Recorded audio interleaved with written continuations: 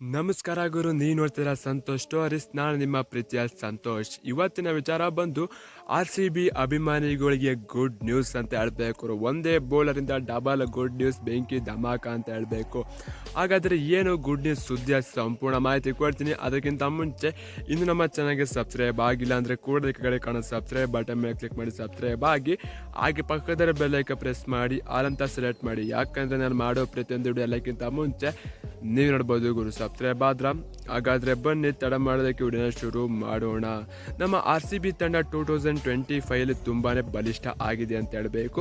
ಬೌಲಿಂಗಲ್ಲಾಗಿರ್ಬೋದು, ಬ್ಯಾಟಿಂಗಲ್ಲಾಗಿರ್ಬೋದು. ಇದರ ಬಗ್ಗೆ ನಿಮ್ಮ ಅನಿಸಿಕೆ ಅಂತ ಕಮೆಂಟ್ ಮಾಡಿ.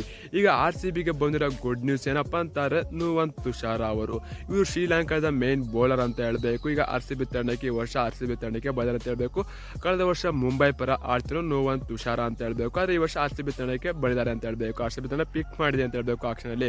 ಇನ್ನು ನುವಂತ್ ತುಷಾರ ಅವರು ಯಾವ ರೀತಿ ಬೌಲಿಂಗ್ ಮಾಡಿರಪ್ಪ ಅಂದರೆ, ಮೊದಲನೇ ಗುಡ್ ನ್ಯೂಸ್ ಅವ್ರ ಬಗ್ಗೆ ಅಂತ ಹೇಳಬೇಕು. 5 ವಿಕೆಟ್ ಹಾಕಿದ್ದಾರೆ ಅಂತ ಹೇಳಬೇಕು ಬಾಂಗ್ಲಾದೇಶ್ ವಿರುದ್ಧ ನುವಂತ್ ತುಷಾರ ಅಂತ ಹೇಳಬೇಕು. ಈಗ ರೀಸೆಂಟ್ ಆಗಿ ನಡೆದ ಸೀರೀಸಲ್ಲಿ 5 ವಿಕೆಟ್ ಹಾಕಿದ್ದಾರೆ ಅಂತ ಹೇಳಬೇಕು ಬಾಂಗ್ಲಾದೇಶ್ ವಿರುದ್ಧ ನುವಂತ್ ತುಷಾರ ಅಂತ ಹೇಳಬೇಕು.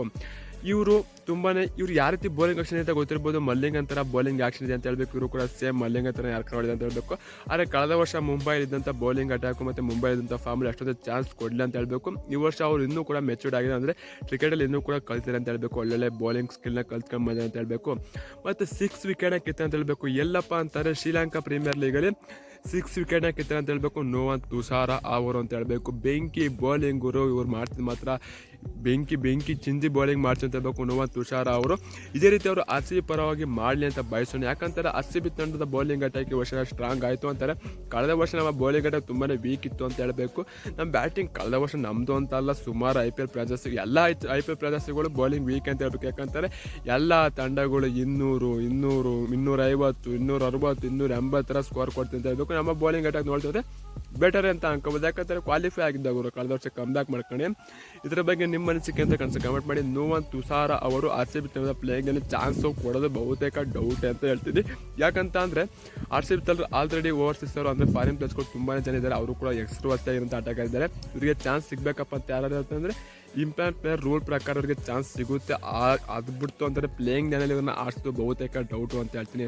ಇದರ ಬಗ್ಗೆ ನಿಮ್ಮ ಅನಿಸಿಕೆ ಅಂತ ಕಮೆಂಟ್ ಮಾಡಿ. ಮತ್ತು ಟಾಟಾ IPL 2025ಗೆ ನಮ್ಮ RCB ತಂಡಕ್ಕೆ ನುವಂತ್ ತುಷಾರ ಅವರಿಗೆ ಚಾನ್ಸ್ ಸಿಗುತ್ತಾ, ಕೊಡ್ತಾರಾ ಇಲ್ವಾ, ನಿಮ್ಗೇನು ಅನ್ಸುತ್ತೆ ಕಮೆಂಟ್ ಮಾಡಿ ಗುರು. ಸಿಗೋಣ ನೆಕ್ಸ್ಟ್ ವಿಡಿಯೋದಲ್ಲಿ. ಟಾಟಾ, ಬಾಯ್ ಬಾಯ್, ನಮಸ್ಕಾರ. ಜೈ RCB, ಸಲಿ ಕಪ್ ನಮ್ಮದೇ ಗುರು. ಏನು 4,000 ಸಬ್ಸ್ಕ್ರೈಬರ್ಸ್ ಆಗ್ತಾರೆ, ಆದರೆ 3,600 ಬಿಟ್ಟು ಮೇಕ್ ಹತ್ತಾರೆ ಅಂತ ಹೇಳಬೇಕು. ಪಟ ಸಬ್ಸ್ಕ್ರೈಬ್ ಆಗ್ರಪ್ಪ.